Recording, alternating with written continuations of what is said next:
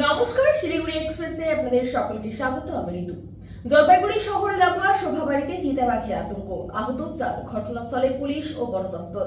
ডুয়ার্সের পর এবার জেলা শহর জলপাইগুড়ির খড়িয়া অঞ্চলের শোভাবাড়িতে চিতাবাঘের আক্রমণে গুরুতর জখম হবার দাবি করলেন আক্রান্ত গ্রামবাসীরা।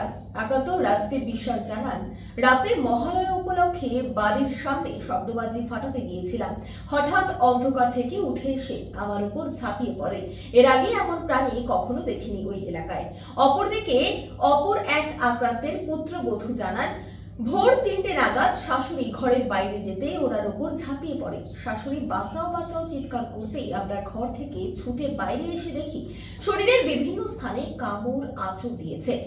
এদিকে গ্রামে বন্যপ্রাণীর হানার খবর পেয়ে রবিবার সকাল এলাকায় পৌঁছয় পুলিশ সহ স্থানীয় জনপ্রতিনিধি। এই প্রসঙ্গে তিনি বলেন, বন বিভাগকে এলাকায় টহল সহ খাঁচা পাতার আবেদন করছি, কারণ 4-5টি গ্রামে চিতাবাঘের আতঙ্ক ছড়িয়ে পড়ছে।